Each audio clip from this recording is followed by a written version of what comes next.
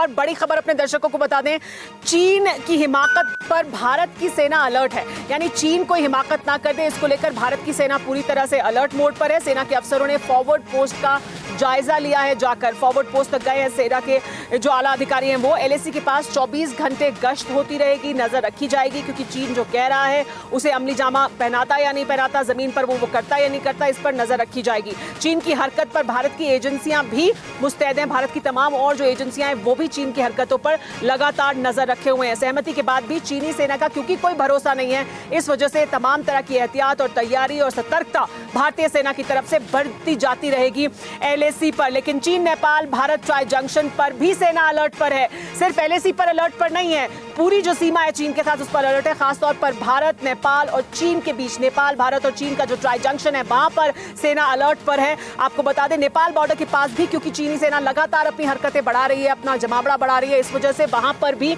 Alert पर है भारतीय सेना। काला पानी से लिपू लेक तक जवान जो तैनात हैं वो हाई अलर्ट पर हैं। एलएसी के चप्पे चप्पे पर हेलीकॉप्टर से नजर रखी जा रही है, लगातार नजर रखी जा रही है एलएसी पर भी और पूरी जो सीमा है चीन के साथ मिलकर उस पर भी।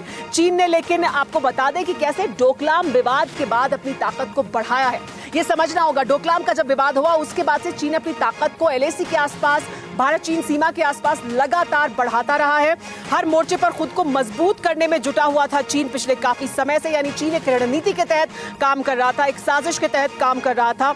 दोगुने कर दिए चीन ने अपने हवाई ठिकाने एलएसी के आसपास और जो भारत चीन सीमा है उसके आसपास। हवाई रक्षा ठिकाने और हेलीकॉप्टर की भी संख्या बढ़ा दी चीन ने। तो चीन का जो इरादा है वो डोकलाम के बाद से ही इसका मतलब शक के दायरे में है।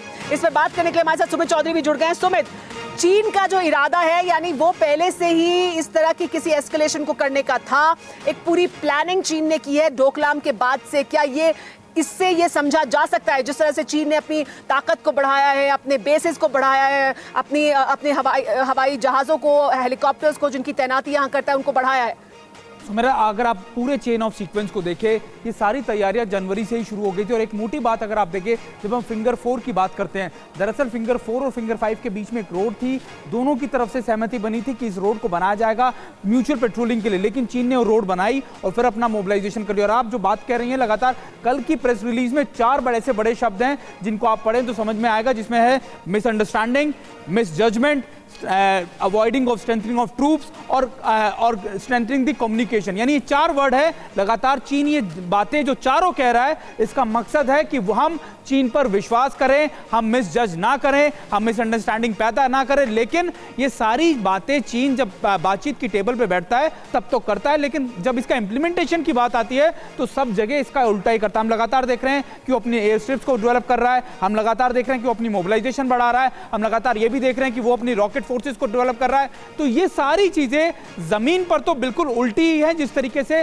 वो जॉइंट स्टेटमेंट में वो बातें कहता है। सुमेरा, क्या आप पर भी बरपा है जालसाजी का कहर? सपने टूटे आपके, न घर के न घाट के।